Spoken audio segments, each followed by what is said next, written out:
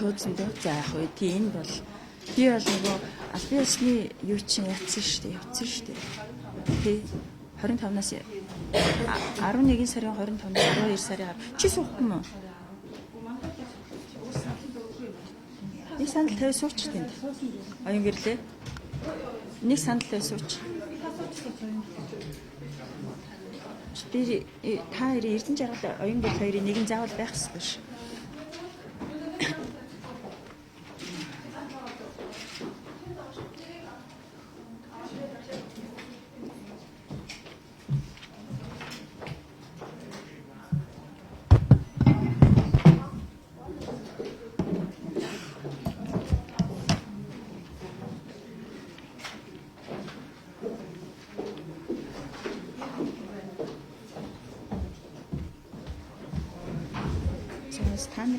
Би та нарыг танилцуулъя явах юм байна. Мөнх өдөр орж ирэхгүй мө?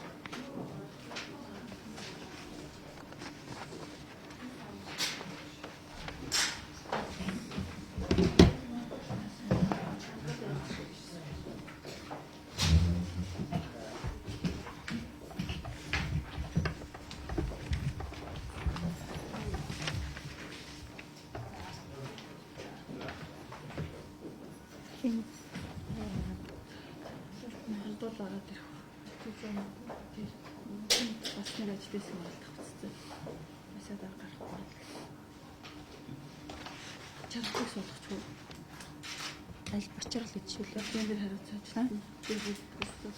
Тэр их суулгач маань бол хаана ирж байгаа юм ирэхгүй ирээгүй юм уу? Заалан суралтай байхгүй. Энд чинь гэхдээ хэдээс зарсан? 30-аас зарсан уу? За 2 минут төлөөч чи 30-аас зарсан юм шүү дээ, тий?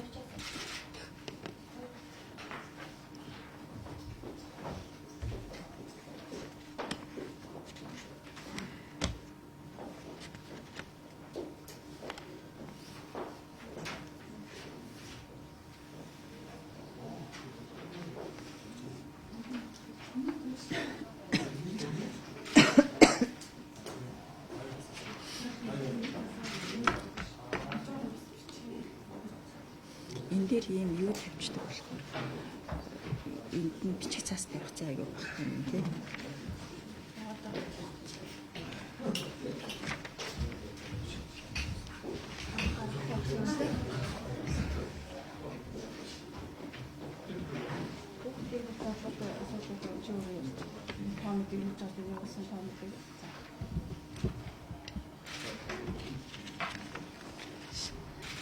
За хүрэлцэн ирсэн та бүхэнд энэ өдрийн мэндийг хүргье. За тэгэхээр гендерт суурилсан хүчирхийлэлтэд тэмцэх 16 хоногийн аяны хүрээнд нийслэлээр хийгдэх ажлын талаар одоо мэдээллийг та бүхэнд мэдээлэх гэж байна. За өнөөдрийн маань та бүхэнд мэдээлэл өгөхөөр нийслэлийн хүүхд гэр бүл залуучууд хөгжлийн газрын даргын үүрэг гүйцэтгэгч мандуул за нийслэлийн нийгмийн бодлогын хөгжлийн хилцээний алхам мэрэгчлээ оюун гэрэл за мөн одоо Германы хөгжлийн агентлагийн Германы хамтын ажиллагааны байгууллагын одоо төслийн зохицуулагч Пүрүү тогтох за мөн гендерийн судлаач одоо Солонгоо нар хүрэлцэн ирсэн байна. За нийслэл энэ одоо 11-р сарын 25-наас 12-р сарын 10-ны өдрүүдэд одоо гендер суурилсан хүчирхийлэлтэд тэмцэх 16 хоногийн аян өрнөж байгаа. За дэлхийн нийт одоо 180 оронд одоо энэ аяныг өрнүүлдэг. За энэ жилийн хувьд бол аяны нэр нь ойлгохыг хүндлэе гэр бүлийнхаа төлөө гэсэн нэртэй явж байгаа. За энэ уран дээр одоо гэр бүлийн хүчирхийлэлтээс урьдчилан сэргийлэхийн тулд одоо эрүүл харилцааг эрхэмлэх энэ ажлыг эхлүүлээд явж байна. За гендерийн үндэсний хороо энэ аяны нээлтийг одоо 12 дугаар сарын 10-нд одоо албан ёсоор нээгээд явж байгаа. За өнөөдөр бол нийслэл дээр албан ёсоор энэ арга хэмжээгээ бид хийж байна. За бид нэр өнөөдөр бол гол нь одоо энэ аяны хүрээнд нийслэлд одоо юу хийх вэ гэдгээс онцолж ярих за мөн одоо иргэдэд энэ мэдээллийг өгөх зорилготойгоор энэ хөгжлийн баг хурлыг хийж байна. За тэгэхээр нийслэлийн хэмжээнд бас нэг тулгамдсан асуудал бол нийслэлийн одоо гендерийн тэгш бус байдал. Өнөөдөр бол нийслэл гендерийн тэгш бус байдал үүсэж байгаа. Энэ одоо үүсэж байгаа нөхцөл байдлаас болоод өнөөдөр нийслэлд одоо эмэгтэйчүүд, гэр бүлийн хүчирхийлэл, за мөн одоо ажлын байранд дарамт, ажлын байранд бэлгийн дарамт гэсэн энэ олон зөрчлүүд бол үүдэгдэг. За энэний цаана хэн хохирдог вэ гэхээр хохирдог субъект нь ерөөсөө эмэгтэйчүүд, за энэний цаана хүүхдүүд ичдэг. Тэр өнөөдрийн энэ нийгэмд гарч байгаа элдв таагүй зүйл, хүчирхийлэл, дарамт энэний цаана ерөөсөө золиос болж байгаа эмэгтэйчүүд хүүхдүүд болж байгаа учраас энэ гендерийн тэгш бус байдал гэдэг зүйлийн цаана гарч байгаа энэ зүйл бол ерөөсөө хүүхэд эмэгтэйчүүд хохирч байна. Хүүхэд эмэгтэйчүүдийг рүү чиглэсэн ажлыг илүү хийх шаардлагатай байгаад харагдаж байгаа. За нийслэлээр бид нэр энэ байдлыг ойлгоод 2017 оноос эхлээд судалгаа хийлгэсэн юм. Судалгааг одоо манай Германы хамтын ажиллагааны байгууллага, за мөн одоо Швейцарын хөгжлийн агентлаас одоо санхүүжүүлээд одоо энэ гендерийн одоо судлаачид маань хийж гүйцэтгсэн байгаа, гендерийн чиглэлээр ажилладаг. За энэ дээр бол одоо маш тодорхой одоо дүн мэдээлэлүүд гарсан. Бид одоо энэ гендерийн тэгш байдлыг нийслэлд бий болгохын тулд цаашид бид нэр ямар бодлого, ямар төлөвлөлтүүдийг хийх ёстой вэ гэдэг дээр бол одоо ажлуудаа дүгнэж гаргалаа. За ингээнд бол биднэрт юу харагдсан бэ гэхээр ерөөсөө бид нэр өнөөдөр нийслэл бодлогын бичиг баримттай байх ёстой. Бодлогын баримт бичигтэй болох ёстой. Нийслэл гендерийн дэд хөтөлбөрийг боловсруулах хэрэгтэй гэдэг ийм шаардлага хэрэгцээ гаргаж ирсэн. За өнөөдрийн байдлаар одоо нийслэлийн дүүрэг тус бүрийг гендерийн дэд хөтөлбөртэй болох одоо үүрэг чиглэлийг өгөөд 6 дүүрэг маань одоо дэд хөтөлбөрөөр боловсруулаад батлуулсан иргэдийн төлөөлөгчдийн хурлаараа. За үлдсэн 3 дүүрэг маань одоо боловсруулах шатандаа явж байна. За нийслэл дэд хөтөлбөрөөр боловсруулаад бид одоо иргэдээсээ саналаа авах энэ процесс маань үргэлжилж байгаа. Та бүхэн орж харуул Улаанбаатар цэгийн сайт дээр нийслэлийн гендерийн дэд хөтөлбөрийг одоо бид нэр боловсруулан урьдчилсан байдлаар тавьсан байгаа. Эндээс бол иргэдээс 1 сарын турш саналыг аваад бид нийслэлийн засаг даргын зөвлөлийн хурлаар хэлэлцүүлээд нийслэлийн иргэдийн төлөөлөгчдийн хурлын тэргүүлэгчдийн хурлаар хэлэлцүүлж эцэст нь одоо нийслэлийн иргэдийн төлөөлөгчдийн хурлын чуулганаар одоо батлуулах ийм төлөвлөгөөтэй ингээд явж байна. Энэ бодлогын баримт бичиг маань батлагдаад гараад ирэхээр ерөөсөө бид нар яах вэ гэхээр 2020-с 2025 оны хооронд нийслэлийн гендерийн тэгш байдлыг бүрдүүлэхийн тулд бид нар нийслэлээр юу хийх ёстой вэ гэдэг гол ажлууд маань чагсаалт болоод хавсралтаар нь одоо хийх ажлууд маань гараад ирнэ. За ер нь бол энэ дээр гол орж байгаа зүйл бол ерөөсөө гендерийн мэдрэмжтэй бодлого төлөвлөлт гэж явж байгаа. Өнөөдөр нийслэлд одоо 40 гаруй бодлогын баримт бичиг дэд хөтөлбөрүүд хэрэгжиж байгаа. За манай судалгааны баг бол энэ явцад энэ хэрэгжиж байгаа нийслэлийн дэд хөтөлбөрүүд дээр одоо дүгнэлт хийж үзсэн. Гендерийн бодлого төлөвлөлт энэ дэд хөтөлбөрүүд дээр тусаагүй биш тусаад явж байгаа. Бүх одоо нийслэлийн боловсрол 2020, нийслэлийн эрүүл мэндийн хөтөлбөр, за мөн одоо нэг өрх, нэг ажлын байр гэдэг ингээд нийгэм рүү чиглэсэн ялангуяа энэ олон хөтөлбөрүүдээр дүн шинжилгээ хийхэд энэ маань одоо тусаад явж байгаа боловч бид нэр эхнээсээ төлөвлөлтөд юуг анхаарах хэрэгтэй вэ гэхээр ерөөсөө гендерийн мэдрэмжтэй бодлого төлөвлөлт гэдэг тэр үг хэллэгийг нь оруулж бас нэг стандартад оруулаад явуулах нь чухал юм байна гэдэг зүйл эндээс харагдсан.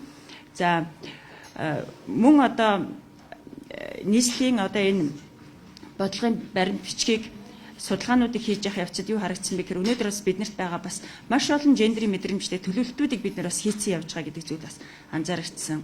Бид нэр өөрсдөө одоо жишээлбэл одоо нийслэлээр хэрэгжиж байгаа сургууль цэцэрлэгийн дулааны алдагдлыг бууруулах төсөл хэрэгжиж байгаа. Германы олон улсын хамтын ажиллагааны байгууллагын санхүүжил бас нийслэлийн төсвийн санхүүжилтээр одоо санхүүжиж хэрэгжиж байгаа. За энэ маань бол энэ төслийг одоо 2017 онд 3 сургууль цэцэрлэг, 2018 онд 6 сургууль цэцэрлэгийг дулаалаад энэ маань үр дүнгээ өгсөн. Өнөөдөр бид энийг хэрэгжилж байгаа хэрэглэгч буюу сурагчид, эцэг эх багш нарын дунд судалгаа авахад энэ төслийн үр дүнд багш сурагчдын өвчлөл 40-с 60% буурсан юм бодит тооцоо судалгаа гарсан байгаа. Энийг бол бид нэр гендерийн мэдрэмжтэй төлөвлөлт, төсөвлөлт гэж бид нэр үзээд байгаа жишээлбэл. За мөн одоо бас Налах дүүргийн жишээ нь Налах дүүргийн 5 сургуульд одоо 10-аас дээш насны охидод одоо өсвөр насны охидод зориулсан охидын 0 гэдэг зүйлийг одоо байгуулсан. Эндээ яаж юм гэхээр тусдаа одоо ариун цэврийн өрөөг охидуудад зөвхөн 10-аас дээш насны охидууд энэ 0-оор үйлчлүүлдэг. Тусгай бидээтэй, ариун цэврийн өдөр тутмын хэрэглэлтэй, савнтай одоо хэрэгцээтэй юу байна тэр бүх зүйлэр ингэсэн. Энэ бас яг үгээр гендерийн мэдрэмжтэй төлөвлөлт юм аа. Гэх мэт энэ зүйлийг бид нэр яаж юм гэхээр энэ дэд хөтөлбөрийнхаа хэмжээнд олон нийтэд мэдээлэх ойлголт өгөх энэ зүйлсийг одоо дэд хөтөлбөртэй ингэж тусгаж хэрэгжүүлж байгаа хэдий та бүхэнд хэлхийг мэдээлхийг хүсэж байна. Ингээд өнөөдөр манай энэ судалгааг яг гардаж хийсэн мөн одоо энэ санхүүжилтийг гаргасан мөн одоо нийслэлийн одоо яг энэ гендертэй холбоотой бодлого төлөвлөлтийг авч явж байдаг агентлаг хилцээний одоо холбогдох албан тушаалтнууд ирсэн байгаа учраас та бүхнийг энэ хүмүүсээс бас холбогдох асуултуудыг асуувал бид хариулахад бэлэн байна. Баярлалаа. Асуулт юм. Окей. Тэгээд 12 дугаар сарын 9-ний өдөр бид бас нийслэлийн гендер ба хөгжил нийслэлийн анх дугаар чуулганыг бид зохион байгуулах гэж байна. За энэ маань бол нийслэл ер нь бол гендерт яг дан ганцаараа дагнаж одоо анх удаага ер нь бол одоо анх удаа гэж хэлж болоход болно. Маш ач холбогдол өгч одоо сүүлийн 2 жил ингэж ажиллаж байна. Дэд хөтөлбөртэй болж байна.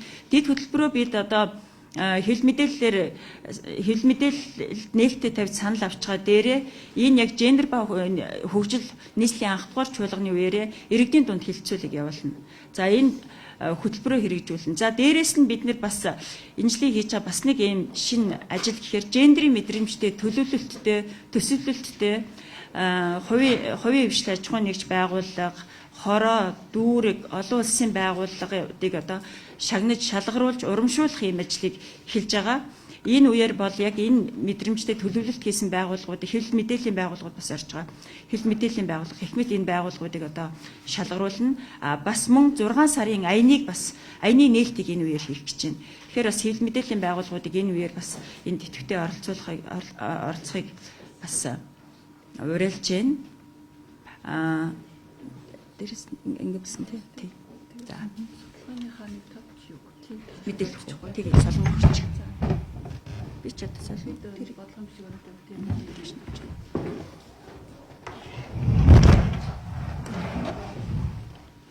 За сайн байцгаана уу? Миний нэр Солонго, гендерийн үндэсний шинжээч. Тэгэхээр анхны дараагийн сая хэлснээр бид нар бол нийслэлийн хэмжээнд анх удаа Швейцарын хөгжлийн агентлаг болон Германы олон улсын хамтын ажиллагааны нийгэмлэгийн санхүүгийн болон техникийн тусалцаатайгаар дэмжигдэж энэ нийслэлийн хэмжээнд энэ нийслэлийн гендер нөхцөл байдлын судалгааг хийсэн юм аа. Тэгэхээр энэ судалгааны хүрээнд бол бид нар гол зорилго нь юу байсан бэ гэхээр мэдээж бол нэгдүгээрт бол ингээд бидний сая ярьсан нийслэлийн одоо гендерийн талаар баримтлах гол баримт бичиг болсон гендерийн дэд хөтөлбөр байгаа. Тэгшэрхийг нийслэлийн гендер ихтэйгшүүлэх ханга тухай одоо хөтөлбөр байгаа. Энэ хөтөлбөрт ямар одоо судалгаан дээр үндэслэж бид нар ямар асуудлууд нийслэл тулгараад байгаа гэдэг дээр гаргаж ирсэн дүгнэлт тэгээд зөвлөмжүүдэд бид нар энэ хөтөлбөртөө тусгах бол гол зорилготой байсан юм аа. Тэгэхээр би товчхон бол яг энэ судалгааны гарсан гол дүгнэлтүүдийг бол хэлье гэж бодож байна. Тэгэхээр нийслэлийн одоо шилхэн бол эрэгтэйчүүдийн хувьд тулгамдж байгаа нэг асуудал бол энэ эрэгтэй эмэгтэй хүмүүсийн нийслэлийн дундаж наслалтын зөрүү байгаа. За тэгэхээр жишээлхэн бол та бүхэн мэдж байгаа улсын хэмжээнд бол Монгол улсын хэмжээнд бол дундаж эрэгтэй эмэгтэй хүмүүсийн дундаж наслалт эрэгтэйчүүд бол эмэгтэйчүүдээс 9.6 насаар одоо бага байгаа. Энэ дундаж бол нийслэлээр бол 8.2 байгаа. Тэгэхээр энэ бол бас их өндөр тоо. Тэгэхээр энэ тоон дээр бид нар юу хэлж яах гэхээр зэрэг энэ асуудлыг бид нар эрэгтэйчүүдийн эрүүл мэндийн асуудалтай холбож хэвшмэл ойлголт, гендерийн үзэл хандлагыг өөрчлөх, охид хөвгүүдэд багаас нь энэ гендерийн ойлголтыг зөв талаас нь оруулахад бол маш чухал хэрэгцээтэй ийм мэдээллийг бид нар одоо гаргаж ирээд энэ талаар цаашид бодлого хөтөлбөртөө тусгана гэдэг маань энэ бол нийслэлийн одоо дэд хөтөлбөрийн төсөл бид нар тусгацсан явж байгаа. За хоёрдугаар нэг асуудал болохоор зэрэг манай энэ гендер суурилсан хүчирхийлэл бол нийслэлийн хэмжээнд бас их өндөр байгаа. Тулгамдсан асуудал хэвээрээ байна. За тэгээд гендер суурилсан хүчирхийлэлд одоо гэр бүлийн хүчирхийлэл жишээлхэн бол нэг хэлбэр нь тэгээд 642 иргэн өртсөн 54% нь эхнэр байна. 5% нь нөхөр байна, 21% нь хамтран амьдрагч байна. Энэ тооноос бид юу хийж болох вэ гэхээр зэрэг нийслэлийн хэмжээнд гэр бүлийн хүчирхийлэл бол маш өндөр тоогоор хувиар гарч байна. Хохирогчд бол охид эмэгтэйчүүд байна. Тийм учраас урьдчилан сэргийлэх, олон нийтийг гэгэрүүлэх ажлыг энэ чиглэлээр одоо явуулах ёстой юм байна. Ажлыг тууштай тогтмол явуулах хэрэгтэй гэдэг. Тийм ч учраас бид нар ойлгохын хүндлэе гэсэн энэ 16 хоногийн аянг бол орон даяар өнүүлж байгаамаа. За тэгээд бас нэг дараагийн асуудал бол мэдээж эрэгтэй эмэгтэйчүүд нийслэлд бол өргөдөл голсон эмэгтэйчүүдийн бас асуудал байгаа. Тэгэхээр Улаанбаатар хотод нийт 5.8% нь бол өргөдөл голсон эцэг их байгаа. Тэдгээрийн өрхийн 15.5% нь бол эрэгтэйчүүд, 84.5% нь эмэгтэйчүүд өргөдөл голсон байна гэсэн ийм тоо байгаа. Тэгэхээр энэ чиглэлээр бид нар одоо өргөдөл голсон эмэгтэйчүүдэд зориулсан ямар одоо арга хэмжээг авч болох вэ? Энэ дээр цаад бодлоготой, төсөл төлөвлөлтөндөө төсөлтөд тусах хэрэгтэй байна гэдгийг бол бас харуулж байгаамаа. За мэдээж бол энэ бас нэг дүгнэлт бол Улаанбаатар хот нийслэл бол иргэндээ ээлтэй байх хэрэгтэй. Мэдээж бодлого гарч байгаа хөтөлбөрүүд бол бүх хүмүүст одоо хандсан бодлого байгаа боловч гендрийн одоо нарийн одоо нөгөө эрэгтэй эмэгтэй охид хөвгүүд, ахмад наснууд, за түүнчлэн хөгжлийн бэрхшээлтэй иргэдийн одоо хэрэгцээ шаардлагыг одоо тусгасан ийм одоо арга хэмжээнүүдийг хөтөлбөртөө тусгаад хэрэгжүүлсэн дээр анхаарах хэрэгтэй юм байна гэдэг дээр хамгийн гол одоо бас дүгнэлтүүд гарсан. Бодлогын түвшинд бол мэдээж сая бас хэлсэн энэ гендрийн мэдрэмжтэй бодлого төсөөлөлт маш чухал байна. Тийм учраас бодлого төлөвлөлтөө хийхдээ бид нар гендрийн мэдрэмжтэй арга зүгээр хийх ёстой юм байна. Энд бол төрийн албан хаагчид бодлого боловсруулж байгаа хүмүүс маань өөрсдөө одоо маллаж оролцох хэрэгтэй. Тэр нь суралцах ёстой, мэдлэгээ одоо нэмэх ёстой. За энэ түнчлэн одоо хэрэгжилтэн дээр байгаа энэ гендрийн хувьд саармаг эсвэл юм харлахын бодлогуудыг бол нийтлэг одоо түгээмэл байгаа учраас бид нэр энэ чиглэлээр бол гендрийн мэдрэмжтэй энэ ялангуяа энэ дээр бол анализ дүгнэлт хийхэд бол энэ хүүсээр ангилсан мэдээллийн тоо баримт бол цугларддаг боловч нийслэлийн хэмжээнд ашигладаг гэсэн ихэнх нь бол ашигладаг гэсэн юм одоо мэдээлэл гарсан. Тийм учраас энийг одоо мэдээллийг сайжруулж энэ дээр дүгнэлт одоо төлөвлөгөө төлөвлөлтөндөө төсөөлөлтөндөө анхаардаг болохыг бол бид нар бас зөвлөмжтэй гаргаад өгсөн байгаа. За түүнчлэн ерөнхийдөө бол эрэгтэйчүүдийн дундаж наслтыг нэмэгдүүлэх чиглэлээр бид нар бол арга хэмжээ авах хэрэгтэй байна. Тэгээд нас баралтын одоо халдварын бус одоо өгжил дотор нэгдүгээрт бол энэ эрэгтэйчүүдийн амиа хорлолт их өндөр нас баралтын тоогоор өндөрт орж байна. Хоёрдугаар гэх юм бол спиртэнд хордох, сансргүй өртөх энэ асуудлаар бол эрэгтэйчүүд нас баралт бол өндөр байна. Тийм учраас энэ дээр анхаарсан нийслэлийн эрүүл мэндийн дэд хөтөлбөртэй энэ хөтөлбөрөө уяах ёстой. Энэ маань бол манай нийслэлийн гендрийн дэд хөтөлбөрийн одоо төсөл дээр бол үйл ажиллагааны төлөвлөгөөнд нь тусагтаад ингэ явж байна. За түүнчлэн гендрийн сургалт сурчлагыг бол маш өргөн хүрээтэй зөвхөн нэг аяны хүрээнд биш хэвшмэл хандлага, гендрийн мэдрэгтэй төсөлтийн талаар сургалтуудыг бол төрийн бүх төвшөнд, албан тушаалд бүх төвшөнд бол явуулах хэрэгтэй байна. Энэ дээр бол оролцогч олон нийт охид хөвгүүд яг тэр үр ашгийг хүсэж байгаа хүмүүстэй бол их зөвшөлдсөж тогтмол одоо саналын авч тэдний ялгаатай хэрэгцээг нь тусгаж оруулах нь маш чухал байна гэсэн. Ингээд мэдээж гендрийн мэдрэгтэй төсвийг боловсруулахад бол арга зүгээр хангах ёстой. Энэ дээр бол бид нэр олон улсын байгууллагууд, гендрийн үндэсний хороо, бусад одоо холбогдох байгууллагууд хамтраад ингээд ажиллаж байгаа. Анхаарал тавьсан баярлалаа.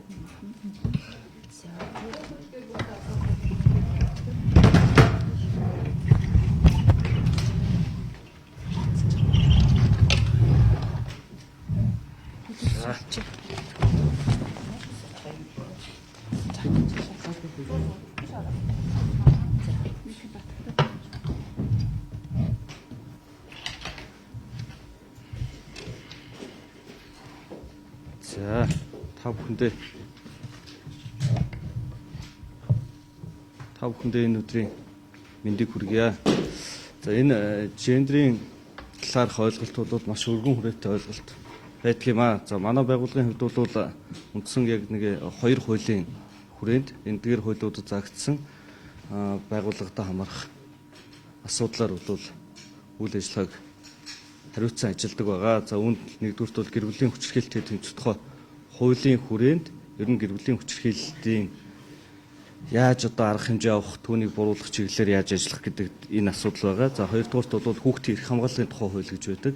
За энэ хуулиар хүүхдийг ямар орчин нөхцөлд яаж хамгаалах вэ гэдэг энэ зүйл байгаа. За эдгээр ажлыг хийж явах явцад бол гардаг нийтлэг одоо хохирч нь хэмбэ гэхээр мэдээж одоо түрүүний одоо анх мадаргын хэлдэг шиг дийлэх хохирч нь бол хэн байдаг вэ гэхээр эмэгтэйчүүд байдаг. За хүүхдүүд байдаг. За хүчирхийллийг үйлдэгчд нь үндсэндээ хэн байдаг вэ гэхээр эрэгтэйчүүд. Тэр дундаа насанд хүрсэн эрэгтэйчүүд энэ зүйлийг бол хийж идэг байдал нь бол ажиглагддаг юм аа. За хоёрдугаар гэх юм бол хүүхдийн эрхийн утас 108 гэж дугаар өгдгийг бол та бүхэн бүгдээрээ мэдж байгаа. За энэ утас бол 2014 оноос эхлээд яг одоо үйл ажиллагаа жигдэрч явсан байгаа. За 14 оноос хойш дуудлага мэдээллийн тоон хэд дахинаар жил ирэх тусам бол нэмэгддэг байсан бол за энэ жилээс бол харьцангуй тогтмолжиж эхэлж байгаа. За бидний нэг баярлж байгаа зүйл нь бол юу юм бэ гэхээр 14 онд энэ хүүхдийн тусламжийн утас 108 гэдэг энэ утсыг ажилуулахад нийт ирж байгаа дуудлага мэдээллийн нэг ердөө 18 орчим хувь нь иргэдээс ирдэг мэдээлэл байсан юм аа. Үнд булдсан хэсгийг нь бол мэрэгжлийн байгууллага, хууль хяналтын байгууллагын бол олж тогтоодог байсан. За одоо бол яг 2019 оны эхний 10 сарын байдлаар мэдээллийг нь аваад үзэхэд бол энд ирж байгаа нийт дуудлага мэдээллийн бараг 62.3% байсан баха. За энэ хувь нь бол яасан бэ гэхээр иргэдийн дуудлага мэдээллээр. Өөрөөр хэлбэл цөөнх хэсэг нь бол төрийн байгууллага болон хууль хяналтын байгууллагын мэдээлэлээр үндэслэж гарч ирдэг болсон. Хөршийн дуудлага мэдээлэл бол маш сайн нэмэгдсэн. Энэ нь буцаагаад хүүхдийн эрх хамгаалал дээр бол маш сайн одоо ийм эрэг дур зургийг бол авчирж өгж байгаа. За хоёрдугаарт бол иргэдийн мэдээлэл их одоо маасуулж гарч ирсний хоёр дахь том одоо ач холбогдол давуу тал нь юу гэдэг юм бэ гэхээр ялангуяа хүүхдийн тэр дундаа одоо эмэгтэйчүүдийн эрхийг зөрчсөн хүчирхийллийг одоо дэврэгсэн энэ дуудлага мэдээлэл хаягдах гэдэг зүйл бол харьцангуй багассан байгаа. Одоо бол 108 дээр ямар дуудлага ирж байгаа юм бэ гэхээр манай хөр шайллын хүүхэд маш удаан хугацаагаар уйлж байна. Энд ямар нэгэн одоо энэ хүүхдийн эрхийн зөрчил гараад ах шиг байна. Та нар ирээд шалгаараа гэдэг энэ хөршийн мэдээлэл маш хүчтэй орж ирсэн. Хүүхд гэр бүлийн хүчирхийлэлтэй төвчс 107 гэдэг дугаар байдаг. Та бүхэн бас мэдж байгаа.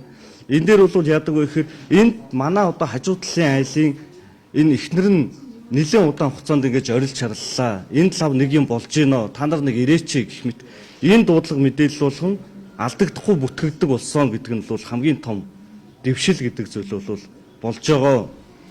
За үндсэндээ нэг өнгөрсөн 3 жилийн хугацаанд бол дуудлага мэдээлэл ихсэн. За энэ жил бол яг одоо үндсэн тогтмолж байна. За яг одоогийн байдлаар нэг хүүхдийн тусламжийн утас 108 дээр бол нэг 500 мянга орчим дуудлага нийтдээ бол бүтгэгдэж ирсэн байгаа. За үүнээс бид нар кейс болгож гэдэг шиг яг асуудал болгож үүсгэж байгаа нь бол эхний хагас жилийн байдлаар нэг 1580-ийг бол бид нар кейс болгосон. За яг одоо 10 сарын байдлаар бол нэг 2400 орчмыг бол бид нар кейс болгоод ажилуулж байна. За өнгөрсөн жил бол бид нар 3500 дээр ажиллаж ирсэн бол энэ жил харьцангуй буурахаар урдсан одоо прогноз бол гарч байгаа гэдгийг бас хэлмээр байна. За ер нь эцэст нь одоо хандаж би ялангуяа энэ хэлэн дээлийнхэн та бүхэндээ хандаж нэг зүйлийг уриалмаар байгаа юм.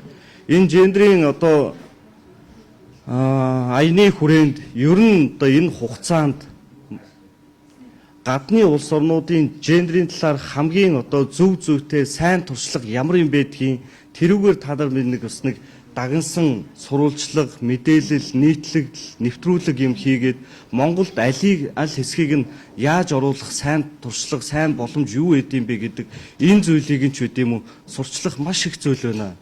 Жишээ нь манай хөдөлмөрийн тухай хуулийн дээр бол одоо иргэдийн дунд нийтлэг хэвшмэл ойлголт байгаа юм.